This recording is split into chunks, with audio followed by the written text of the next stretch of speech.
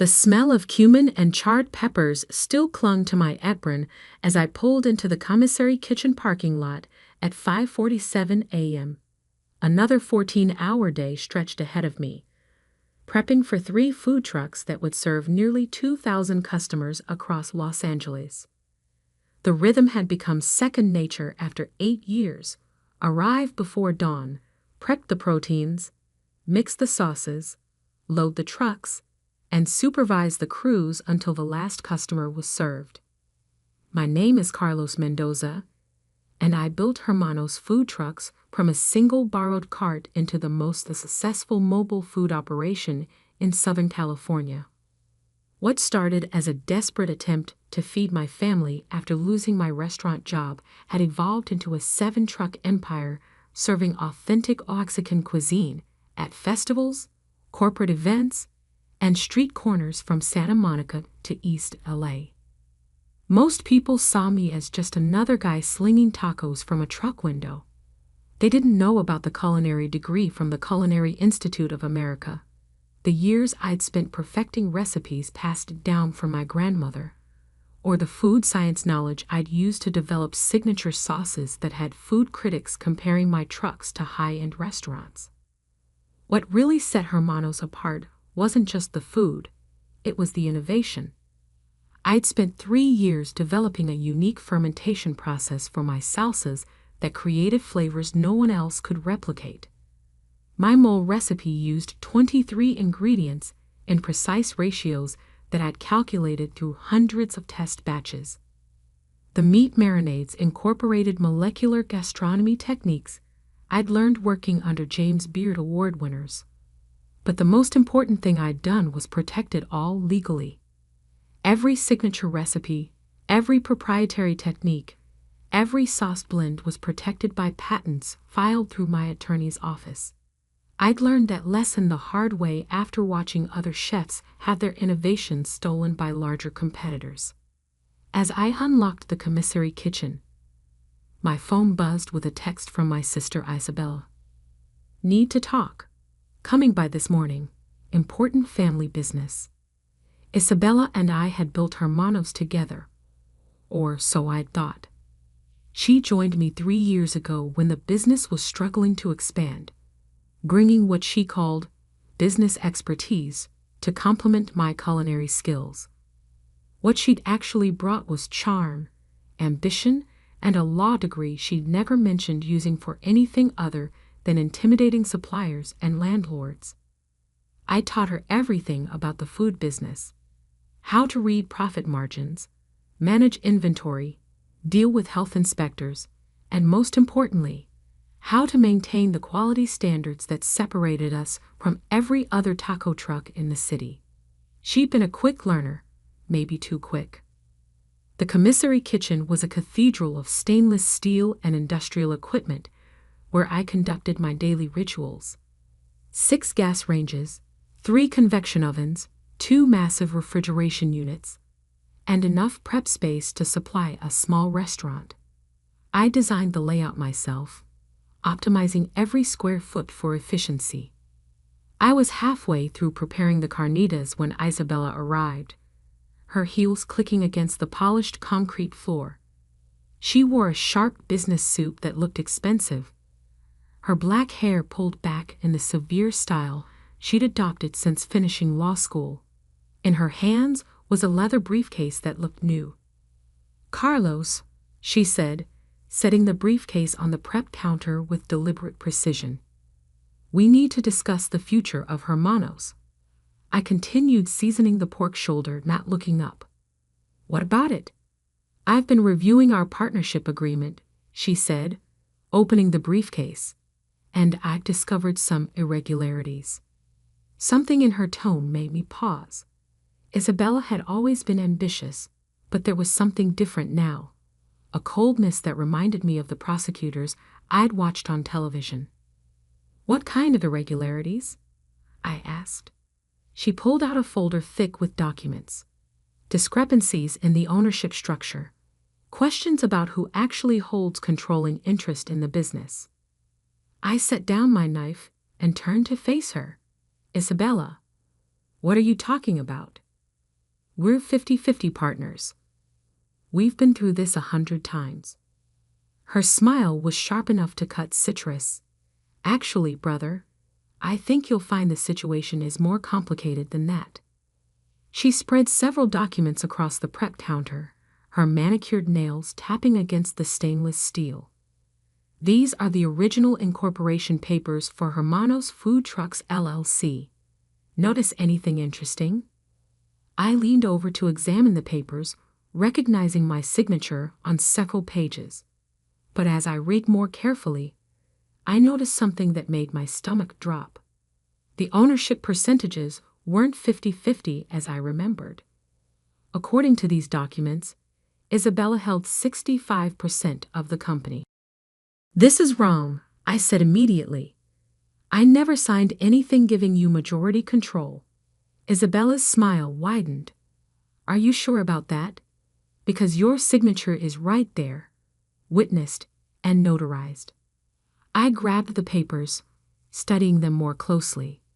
The signatures looked authentic, but I clearly remembered negotiating equal partnership. These have been altered. That's a serious accusation, Carlos. I hope you have proof. The way she said it made it clear she knew I didn't. I'd been so focused on building the business that I trusted family to handle the legal paperwork. A mistake that was now staring me in the face with my own forged signature. What do you want? I asked quietly. Isabella walked over to where I had been preparing the carnitas, running her finger along the edge of the prep table. I want what's mine. Full control of Hermanos Food Trucks. Full control. You can stay on as head chef, she said magnanimously. I'm not unreasonable, but the business decisions, the expansion plans, the financial management, that all needs to be handled by someone with actual business training. I stared at her, this woman I'd taught to dice onions, who'd learned to balance spice levels by watching me work 18-hour days. Isabella, I built this business from nothing, and I've grown it into something profitable, she replied. But we've reached the limits of what your approach can accomplish. It's time for professional management. She reached into her briefcase again and pulled out another set of documents. These are transfer papers. Sign them, and you can continue doing what you do best, cooking. Refuse, and I'll be forced to exercise my majority ownership rights anyway. I looked at the papers, then back at my sister. You planned this. I prepared for this, she corrected. There's a difference. The kitchen fell silent except for the hum of refrigeration units and the distant sound of traffic beginning to build outside. I thought about the years I'd spent building Hermanos, the early mornings, the rejected loan applications, the nights I'd stayed up developing recipes while Isabella was in law school. You always were the dumb one, Carlos, Isabella said, her voice taking on the tone she used when we were children and she'd gotten me in trouble with our parents. I've got lawyers, you've got grease stains. The casual cruelty of it hit me like a physical blow. But instead of anger, I felt something else. A cold clarity I'd learned from years of managing high-pressure kitchen situations. I walked to the key rack near the door and removed 7 sets of truck keys, each marked with the name of one of our locations. Isabella watched me with satisfaction as I placed them on the prep counter next to her documents. Take them, I said quietly. Her eyebrows rose slightly. Just like that? You want the business. You've got it. I signed the transfer papers without reading them, my signature steady despite the betrayal burning in my chest. Isabella gathered the documents with the efficiency of someone who'd planned this moment for months. You're making the right choice, she said, but I detected a note of surprise in her voice. She'd expected a fight. I know, I replied. What Isabella didn't know was that she just signed papers taking ownership of 7 food trucks, 3 commissary kitchens, and a customer database. What she didn't own were the recipes, the proprietary techniques, or the trade secrets that made Hermanos successful. Because 5 years ago, acting on advice from my intellectual property attorney, I'd filed patents on every significant recipe and cooking process we used. The fermentation method for my salsas, the precise blend of spices in my mole, the molecular gastronomy techniques I'd adapted for food truck service, even the specific temperatures and timing for my carnitas preparation. All of it was protected under my name, not the business name. Isabella now owned a fleet of trucks that legally couldn't serve the food that made them successful. After she left, keys and documents in hand, I sat in the empty commissary kitchen and allowed myself exactly 5 minutes of grief. Not for the business, I could build another one, but for the sister I'd thought I knew, who just revealed herself to be someone I'd never really understood. Then I picked up my phone and called my attorney. "Patricia," I said when she answered. "It's Carlos. I need to discuss licensing agreements for my food patents." "I was wondering when you'd call," she said. "I heard through the grapevine that there might be some changes at Hermanos. Isabella took over the business today, used forged documents to claim majority ownership." There was a pause. "And the patents? Still mine. All of them." "Then she's about to have a very expensive education in intellectual property law." The first signs of trouble appeared within a week. Isabella had immediately started improving operations, bringing in consultants and efficiency experts who didn't understand the delicate balance of flavors that made our food special. She'd also fired 3 of our most experienced cooks, replacing them with cheaper labor. By the second week, I started getting calls from longtime customers complaining about the food quality. The carnitas were overcooked. The salsa verde lacked the complex fermented tang that had made it famous. The mole tasted flat and one-dimensional. "Carlos," said Miguel Ramirez, who ran a construction company that had been ordering lunch for his crews for 3 years, "what happened to the food? My guys are saying it tastes like every other truck." I explained that I was no longer involved in day-to-day operations, which was technically true. What I didn't mention was that Isabella's new cooks were trying to reverse engineer my recipes without understanding the science behind them. On Thursday of the 3rd week, I received a call from Derek Chen, the food critic for Le Weekly, who'd written the review that had launched Hermanos into citywide recognition. "Carlos, I need to ask you something," Derek said. "I ate at your truck yesterday, and the food was different. Not bad exactly, but not the same. Has something changed?" "New management," I said carefully. "The mole especially. It tasted like someone had tried to recreate it from memory, but missed some key component." "That's perceptive. Are you still involved with the business?" I looked out the window of my apartment, where I'd been spending my days developing new recipes and planning my next move. "Not anymore." Derek was quiet for a moment. "I'm sorry to hear that. The food scene in LA needs more people like you." After we hung up, I opened my laptop and began drafting an email to my attorney. It was time for the next phase. The legal papers were served to Isabella on a Tuesday morning while she was at the main commissary kitchen trying to figure out why her food costs had increased by 30% while quality had decreased. According to my contact at the kitchen, Maria, who'd worked with me since the beginning, Isabella's face went white as she read the cease and desist order. The document was comprehensive and devastating. It detailed every patent I held on the recipes and processes that defined Hermanos food trucks, the fermentation method for the salsas, the specific spice blend ratios for the mole, the marination techniques for the carnitas, even the precise temperature controls for the cooking process. All of it was legally protected intellectual property that belonged to Carlos Mendoza, not Hermanos Food Trucks LLC. The order gave Isabella 48 hours to stop using any of the patented recipes or face federal charges for intellectual property theft.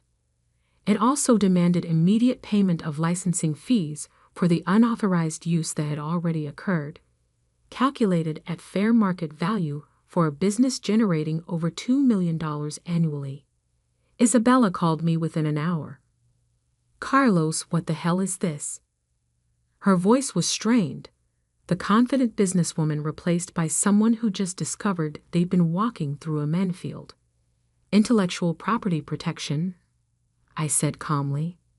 "Something you should have researched before taking over a business you didn't understand. You can't do this. Those recipes are part of the business." "Actually, they're not. They're patented innovations that I developed and filed separately from any business entity. Check with your lawyers." There was a long pause. "How much do you want?" "For licensing the recipes?" $200,000 annually, plus back fees for the 3 weeks you've been using them without authorization. $200,000? That's insane. That's what happens when you steal someone's life work and try to profit from it without permission. I could hear papers rustling in the background. There has to be some way to work this out. We're family. Family doesn't forge documents and steal businesses from each other. "Carlos, please. The trucks are failing without the real recipes. We're losing customers every day." That much was true. According to my sources, daily revenue had dropped by 40% as word spread that the food quality had declined. Food truck customers were intensely loyal, but only as long as the product remained consistent. "Then you'd better figure out how to make your own recipes," I said, "because mine aren't available to you anymore." I hung up and returned to the work I'd been doing since leaving Hermanos, developing a new food truck concept that would make my sister's operation look like amateur hour. The next few weeks played out exactly as I'd expected. Isabella tried hiring new chefs to recreate my recipes, but they were working without the patent documentation that detailed the precise techniques. They could approximate the flavors, but they couldn't replicate the complexity that had made Hermanos special. Customer complaints escalated to negative Yelp reviews.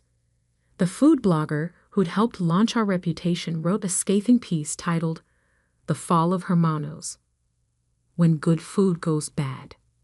Derek Chen published a follow-up review that basically served as an obituary for what had been his favorite food truck operation. Meanwhile, I was quietly assembling the team for my new venture. I reached out to the 3 experienced cooks Isabella had fired, offering them positions at significantly higher wages. I contacted our former suppliers, many of whom had been frustrated by Isabella's attempts to cut costs by compromising quality. Most importantly, I filed patents on 12 new recipes I'd developed during my forced hiatus, innovations that would define the next generation of authentic Mexican street food. The call I'd been expecting came on a Friday evening. Isabella's voice was different now, smaller, defeated. "Carlos, I need help." "What kind of help?" "The business is failing. We're hemorrhaging money. I made a mistake." I sat in my new commercial kitchen, a space I'd leased in preparation for launching my new operation. Around me were the tools and ingredients for recipes that would soon make Isabella's stolen business obsolete. "What do you want from me?" "I want to make this right. Give you back control of Hermanos. We can go back to being partners." 50-50 partners?" I asked. "Yes, like it was supposed to be." I was quiet for a long moment, considering the offer. Isabella had destroyed 3 months of business relationships, damaged the reputation I'd spent years building, and proven she couldn't be trusted with anything more complicated than a microwave. I'm not interested, I said finally. Carlos, please. I'll do anything. The lawyers are saying we owe hundreds of thousands in patent fees. The customers are gone. The trucks are sitting empty. Then sell them. Who's going to buy food trucks that can't serve food? It was a fair question. Without access to my recipes, Isabella owned 7 expensive vehicles that couldn't generate revenue. She'd created her own elaborate trap and walked directly into it. That's not my problem anymore, I said. 2 weeks later, I received a notification that Hermanos Food Trucks LLC had filed for bankruptcy. Isabella had lost everything: the trucks, the commissary kitchens, the customer database she thought was so valuable. The bankruptcy court would liquidate the assets to pay creditors, and Isabella would be left with nothing but the legal bills from her failed theft. The final irony came when my new venture, Corazon Street Kitchen, purchased 3 of the Hermanos trucks at the bankruptcy auction for 30 cents on the dollar. I painted them in my new colors, deep red with gold accents, and equipped them with the tools needed to serve my next-generation recipes. On opening day, lines formed before we'd even fired up the grills.